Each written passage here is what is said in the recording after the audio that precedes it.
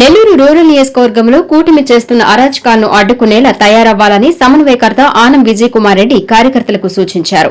Nellore rural నియోజకవర్గం 27వ division Ritwik enclave లో ఏర్పాటు చేసిన ముఖ్య నాయకులు, కార్యకర్తలు మరియు డివిజన్ స్థానిక పెద్దలతో కలిసి ఆయన ఆత్మీయ సమావేశం నిర్వహించారు.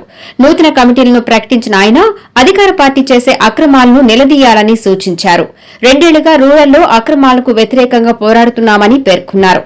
రానున్న స్థానిక ఎన్నికలలో అభ్యర్థులకు గెలుపు కోసం కృషి చేయాలని పిలుపునిచ్చారు.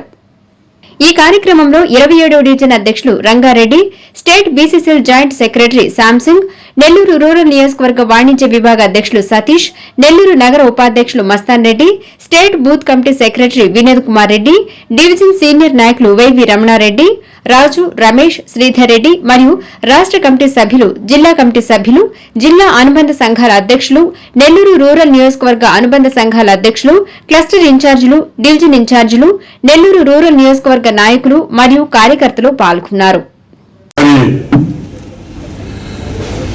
కోటి సంతకాల కార్యక్రమం జరిగేటప్పుడు పార్టీకి సంబంధించినటువంటి ఒక ఇన్ఛార్జిగా ఈ నియోజకవర్గానికి ప్రతి ఒక్క వార్డులో కూడా అక్కడ ఉన్నటువంటి పెద్దలందరికీ కూడా నన్ను నేను పరిచయం చేసుకుంటూ కార్యకర్తలకి అందరికీ కూడా అందుబాటులో ఉండాలనేటటువంటి ఆలోచనతో ప్రతి డివిజన్లో కూడా ఆ కార్యక్రమాలు మేము ఏర్పాటు చేయడం జరిగింది. మరి మధ్యలో ఉన్నటువంటి కొన్ని పార్టీ కార్యక్రమాల వల్ల ఆ కార్యక్రమాన్ని నిలుపుదల చేశాం.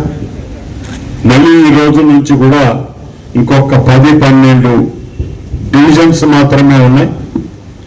వాటిల్లో కూడా తప్పకుండా అందరినీ, ఆ డివిజన్ పెద్దల్ని, పార్టీ నాయకుల్ని అందరినీ కూడా కలిసి వారందరి సహకారం కూడా తీసుకోవాలనేటటువంటి ఆలోచనతో ఈరోజు 27వ డివిజన్కి ఇక్కడికి నాతో పాటు వేదిక పైన ఉన్నటువంటి మా నాయకులకు, మా సోదరులందరికీ కూడా పేరు పేరున నమస్కరిస్తూ, పెద్దలు మన రంగన్న గారికి, అదేవిధంగా శాంసంగ్ గారికి, వినోద్, మరి అదేవిధంగా ఈ ప్రాంతంలో వైఎస్ఆర్ కాంగ్రెస్ పార్టీ కమిటీలలో డివిజన్లకి ఇన్ఛార్జీలుగా వివిధ పదవుల్లో ఉన్నటువంటి నాయకులందరికీ కూడా, మస్తాన్ రెడ్డి గారికి, అటువంటి వాళ్ళందరూ కూడా పేరు పేరున నమస్కరిస్తూ, మరి మీ అందరికీ కూడా సహకరించి ఈ సమావేశాన్ని ఏర్పాటు చేసిన వారికి కృతజ్ఞతలు తెలియజేస్తున్నాను. దాదాపు 2 సంవత్సరాల క్రితం నుంచి కూడా పార్టీ ఎన్నికలలో ఓటమి చూసిన తర్వాత దాదాపు 40% ఈ రాష్ట్రంలో ఓటు పర్సంటేజ్ వచ్చినటువంటి ఒక పార్టీ 3-4 పార్టీల కలయికతో వచ్చిన వాళ్ళ అతి స్వల్పమైన తేడాతో ఎక్కువ సీట్లు వాళ్ళకి రావటంతో ఆ రోజు కారణం ఏదైనా కావచ్చండి, అది ఈవీఎంలు అనండి, లేకపోతే ఇంకోటి అనండి, మేము మాత్రం ఇది ప్రజా నిర్ణయంగానే ప్రకటిస్తున్నాం.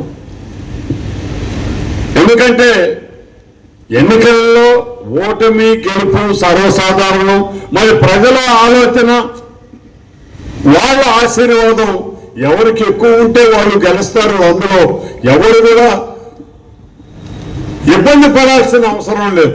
ప్రతిపక్ష పాత్ర వైఎస్ఆర్ కాంగ్రెస్ పార్టీకి ఇవ్వటం జరిగింది. కానీ గత పాలనలో జగన్మోహన్ రెడ్డి గారు చేసినటువంటి కార్యక్రమాలు ఏవైతే ప్రజాహిత కార్యక్రమాలు కావచ్చు, సంక్షేమ కార్యక్రమాలు కావచ్చు, ఈ రోజుకి ఖచ్చితంగా ప్రతి ఒక్కరూ ఒక్కసారి వెనక్కి తిరిగి చూసుకునేటటువంటి పరిస్థితులు ఈ ప్రస్తుత పాలనలోనే చూశాం. ఆయన చేసినటువంటి సంక్షేమ కార్యక్రమాలు కాకుండా లోకం మొత్తం కూడా భయపడిపోయి ఇళ్లలో తాళాలు వేసుకొని ఎక్కడ వాళ్ళు అక్కడ కూర్చున్నటువంటి కరోనా కాలం కూడా జగన్మోహన్ రెడ్డి గారి హయాంలోనే వచ్చింది. ఆ రోజు ఎక్కడ పనులు లేవు, అంగళ్ళు లేవు, షాపులు లేవు, కూలీ పనులు లేవు, ఏమీ లేవు. ఎవరి పాటికి వాళ్ళు ఇళ్లలో కూర్చున్నారండి ప్రాణభయంతో. ఆ రోజుల్లో దినసరి కూలీ చేసుకుంటే తప్ప పొట్టగలగాలంటే లక్షలాది మంది కార్మికులకి అండగా నిలబడి అన్నం పెట్టింది జగన్మోహన్ రెడ్డి గారు ఒక్కరేనన్న విషయాన్ని మేమందరం ఎంతో గర్వంగా చెప్తామండి. ఆయన పెట్టినటువంటి సంక్షేమ కార్యక్రమాల రూపం కావచ్చు,